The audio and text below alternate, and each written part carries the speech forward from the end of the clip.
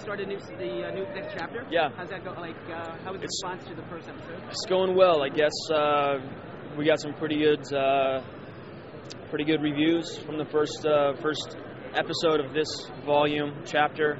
I get confused myself. And just from being, a guy on the battlefield, the stories they're beefing up. They're really good. I think the direction that we're taking the characters, the stories they're finding themselves in, the connectivity of the characters is coming back. A lot of the excitement from the first season is coming back. So it's nice. It's really nice to be a part of it. And we're coming up to the end.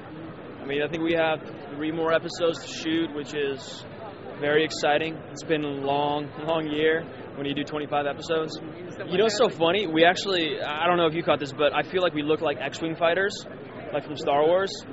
Like we were sitting around in those orange jumpsuits with the little boxes of drugs or whatever that were keeping us sedated. And I said to cross the room, I said, we all look like a squadron of X-Fighters. I get to be Red 5. That was Luke Skywalker. I want to be Red 5. Peter's an interesting character. He's one of those guys who started off as a dreamer, didn't have any direction for himself, and he's become, I think a little bit through insistence of some people on the show, a guy who does take charge. He's still the guy with the golden heart, but he has to adapt to the things that he's been through, to the situations he's found himself in, and the relationships that he's made.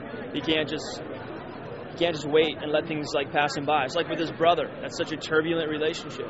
And, Nathan keeps setting him up to knock him down. So I think Peter has to acknowledge that he's going to get knocked down by his brother every time. And he goes into all those situations knowing. I mean, even in the last episode, how he said to his brother, I don't know what it is you're up to, but if it is what I think it is, I'm going to fight you with every breath that I have.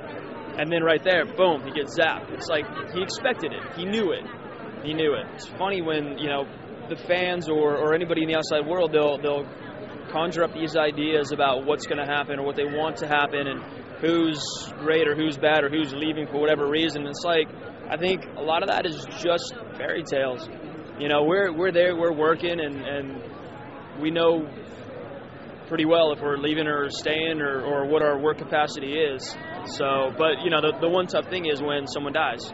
When a character dies, it's like that means that person isn't working with us anymore, kind of. So I don't know. It's tough when you get close to people and you work with them for so long, and then you hear that someone is dying. Like I remember when Santiago Cabrera told me that he was dying. He plays Isaac.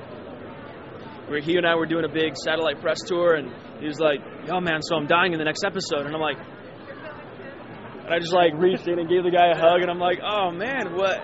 Congratulations! You get to go on and have this great springboard and launch into something else, and I love you, man. We had great work together. I'm sad to see it end."